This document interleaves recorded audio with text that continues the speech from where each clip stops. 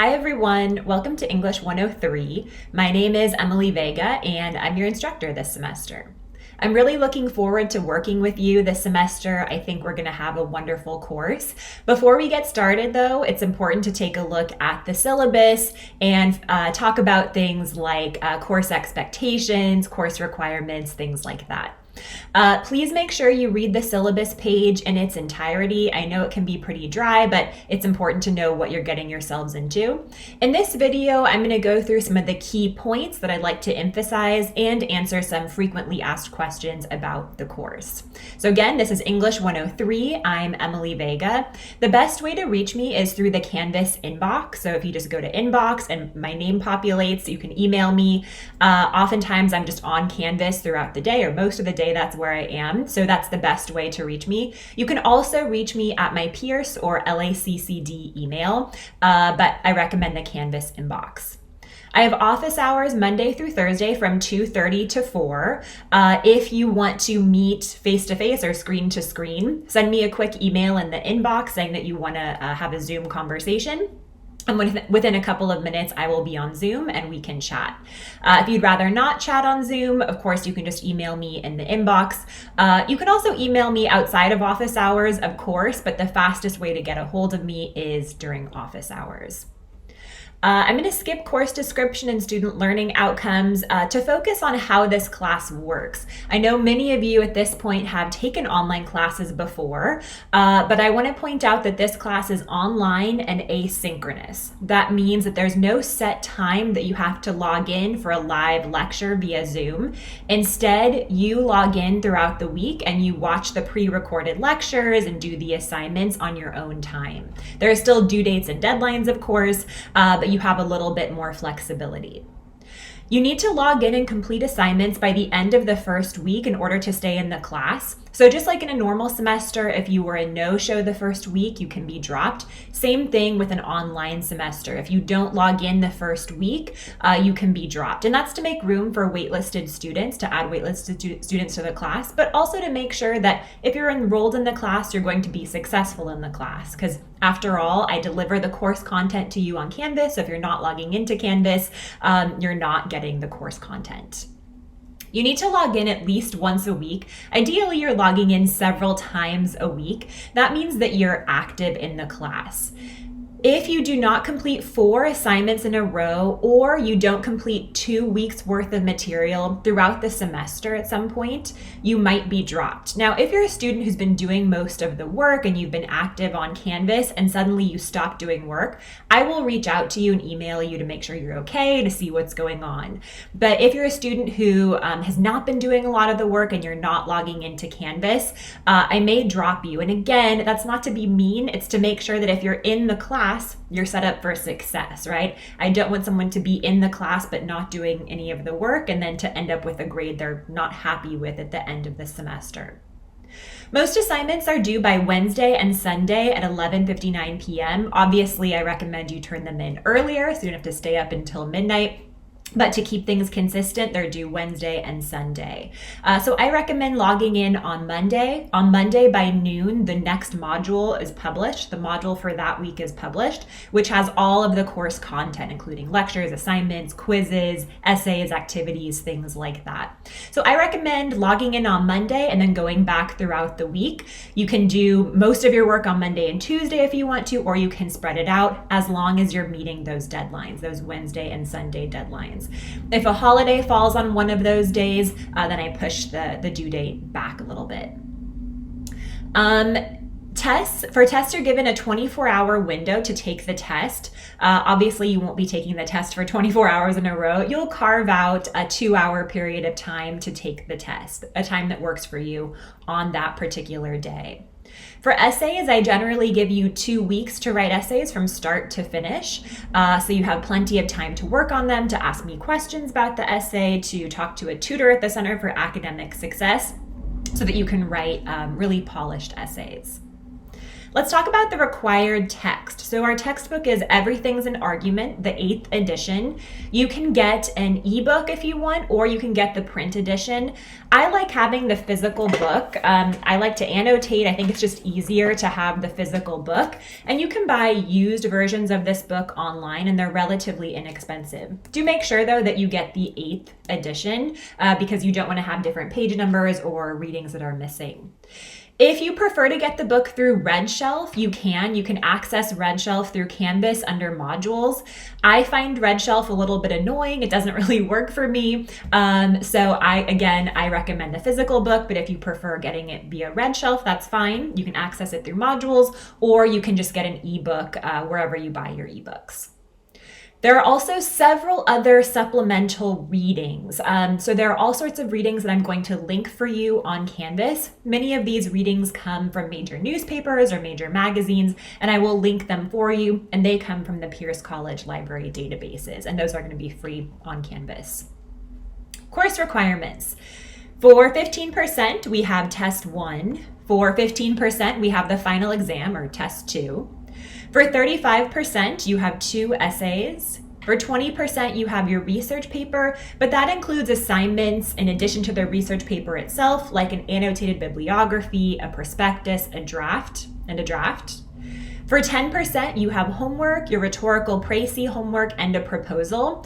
Later in the module, you'll see information about a rhetorical précis. For many of the readings this semester, I will ask you to write a précis, which is a 4-sentence summary, an analytical summary of the text. So it's a highly structured version of a summary. Think of it as like a summary plus.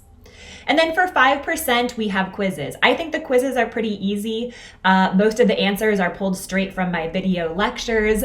So if you're watching the videos, if you're completing the assignments, if you're going through the module, the quizzes should be easy. And I know you might be thinking, oh, it's only 5% of the grade, right? They don't really matter. But I tend to be a harsher grader on essays than I am for, say, quizzes or homeworks. And quizzes and homeworks can really pad your grade, so make sure you're taking them seriously because they can be the difference between a B and an A in the class. My teaching philosophy you can read about below, but I want to emphasize that even though we're online, I think there are all sorts of ways that we can form a sense of community in the class and that we can share our ideas about the readings in a meaningful way. There will be many readings that you have an emotional response to or that you disagree with, right? I have not chosen readings that I necessarily agree with. So you will be confronted with ideas that might make you uncomfortable. If one of those ideas presents a serious problem, let me know and we can talk about it. But our aim is to read with the grain and against the grain. That means that we're not just focused on what the argument is, we're really focused on how the writer is making the argument. And you'll see that there's a really big difference there between what the writer is saying and how the writer makes the argument. And then as we move throughout this semester, we'll begin making our own arguments using what we've learned about other rhetoricians' arguments. Special services, if you have a disability and you're seeking accommodation, please make sure you contact special services. If you're making a request for extra time on a test or something like that, that has to come from special services. Tutoring. We have a wonderful tutoring center, which is virtual this semester. You can see a link on the left-hand navigation that says CAS Tutoring Shell, or it says English Tutoring. You can also see the link right here that says CAS Tutoring Shell. The Center for Academic Success tutors are tutors who have done well in English classes. They're student tutors, and they've been trained to help you. So I highly recommend using tutoring through the Center for Academic Success. There's also something called NetTutor, but that's a statewide tutoring system, so the tutors are not necessarily connected to Pierce. I really recommend using our Center for Academic Success tutors. And of course, you always have me. I'm here to help you succeed. Email me, come to office hours, ask questions. I'm always happy to take a look at a thesis statement draft or take a look at your preliminary research. So please let me help you succeed this semester. Plagiarism, I'm sure you all know what plagiarism is from 101 at this point, but plagiarism could be paying someone else to write your essay, cutting and pasting something from a source that you found without citing it or putting it in quotation marks, recycling an essay that you wrote for a previous class. So please make sure you don't plagiarize your essays. I know you won't do that. I know you would never do that, but I have to mention it because it does come up every semester. You are responsible for knowing the Pierce plagiarism policy, so please make sure you review those links. Let's discuss late work. This is really important. There's a due date for assignments, which generally is either a Wednesday or a Sunday by 11:59 p.m. This is not the same as the open until date. I leave assignments open for an extra week. So all assignments have a due date and then an open until date that's a week later. That's because things come up and a student might have to submit something late. So you can submit work late, but if you can only submit it 1 week late, and there is a 10% deduction in your score. But I will give you a late pass. That means you can turn in one assignment like a homework or an essay, but not the research paper or the final exam. You can turn in one assignment up to a week late with no penalty. And all you have to do is write me a comment under the assignment that says late pass. But you can only use that one time. It's your emergency pass.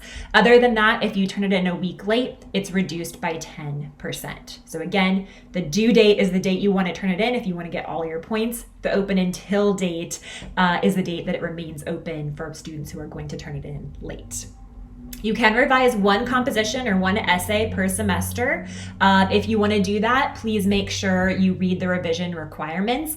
I average the two scores, and you cannot revise the research paper, obviously, because it'll be at the end of the semester, or a plagiarized essay. Again, I know you would never do that, or the final exam.